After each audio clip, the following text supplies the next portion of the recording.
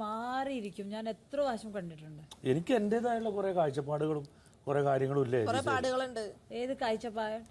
കാഴ്ചപ്പാടല്ല, കാഴ്ചപ്പാട് എനിക്ക് എന്റേതായ രീതി എന്റെ ജീവിതത്തിൽ അത് മനസ്സിലായില്ല. അപ്പൊ അത് തന്നെ പറയാം. അതല്ല അങ്ങനല്ല. അങ്ങനെയാണ്. എത്ര പ്രാവശ്യം നമ്മൾ ഒന്നിച്ചിരുന്നിട്ടുണ്ട് അവിടെ. ഓഹോ, നിങ്ങൾ ഒന്നിച്ചിരുന്ന ലിവിംഗ് റൂമില്. ഇപ്പൊ ഞങ്ങളൊക്കെ ഒറ്റക്കാളിലിരുന്ന അല്ലേ അനുവേ? ഞാൻ നിങ്ങളെ കൂടെ ഇരുന്നിട്ടില്ലേ? നിന്റെ കൂടെ ഇരുന്നിട്ടില്ലേ? എന്റെ കൂടെ ഞാൻ എടുത്തിട്ടുണ്ട്.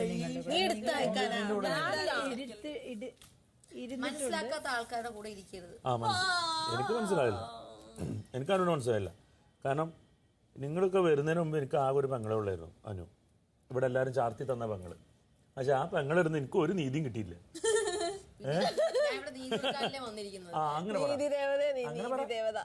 അങ്ങനെ പറ, തുറന്നു പറ. അവൾ എന്ത് പ്രശ്നം ഉണ്ടെങ്കിലും എന്നെ വിളിക്കും. അവളെ പ്രശ്നങ്ങളിൽ ഞാൻ ഇടപെടും. ഒരു പ്രാവശ്യം വിളിച്ച് ഞാൻ അകത്ത് കൊണ്ടുപോയി.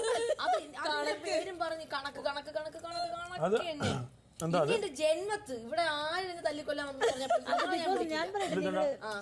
നീ വിളിച്ചത് മാത്രമേ ഉള്ളൂ, വിളിക്കാതെ നിന്റെ പ്രശ്നങ്ങളിൽ ഇടപെട്ടതോ അത് കണക്കിലില്ല.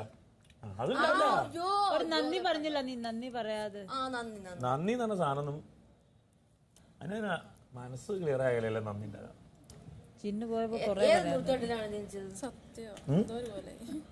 16-ാം നൂറ്റാണ്ടില്